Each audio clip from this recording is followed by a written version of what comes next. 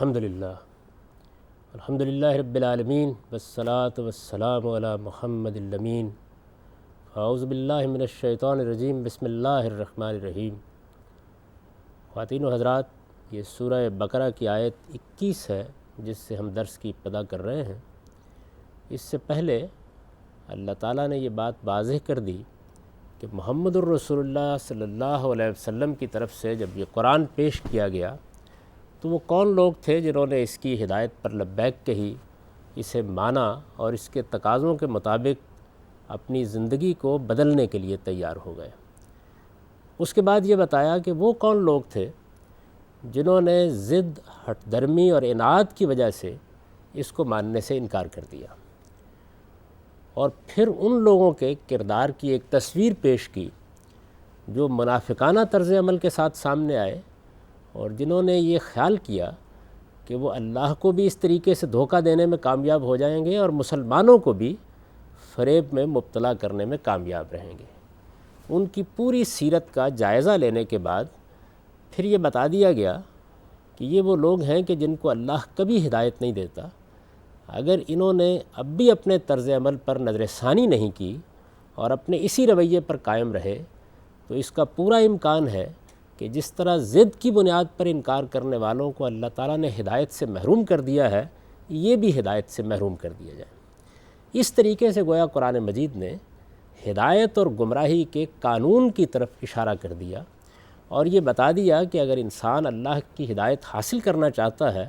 تو اسے سب سے پہلے اپنے رویے کی اصلاح کرنی ہے۔ یہ اصل میں انسان کا رویہ ہے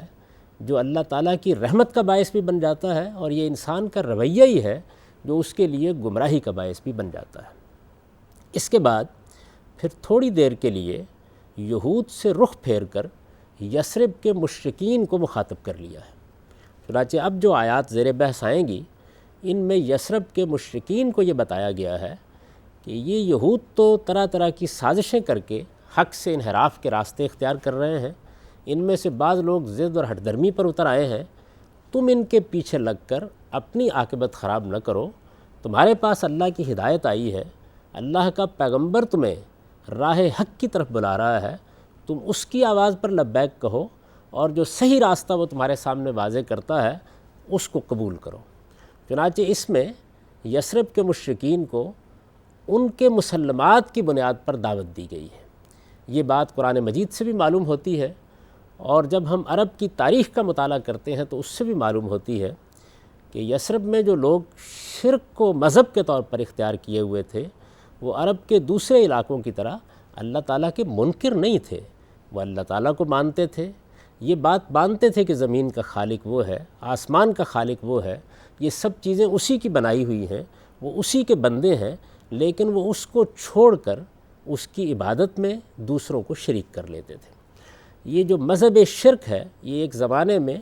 پوری دنیا میں غیر معمولی طور پر مقبول رہا ہے، یعنی لوگوں نے خدا کو تو مانا لیکن اس کے ساتھ بہت سے دوسرے لوگوں کو بھی کبھی اوتار بنا کر، کبھی اللہ تعالیٰ کا سایہ اور بروز بنا کر، کبھی اس کا مقبول بنا کر، کبھی اس کی طرف سے مختار بنا کر ان کو بھی وہی حیثیت دے دی جو حیثیت اللہ تعالیٰ اپنے لیے پسند کرتے ہیں۔ چنانچہ یہ وہ چیز ہے کہ جس کی قرآن مجید نے اس وقت بھی اصلاح کی جب وہ مکے میں مشرکین کو مخاطب کر رہا تھا، اور اس وقت بھی اصلاح کی جب مدینے میں آ کر یہی دعوت دوبارہ پیش کی گئی۔ تو اس سارے حصے میں ہم یہ دیکھیں گے کہ قرآن مجید نے مشرکین عرب، خاص طور پر یثرب کے وہ لوگ جو اوس اور خزرج کے قبائل سے تعلق رکھتے تھے، اسی طرح شرک کو مذہب کے طور پر اپنائے ہوئے تھے جس طرح مکے کے مشرکین اپنائے ہوئے تھے،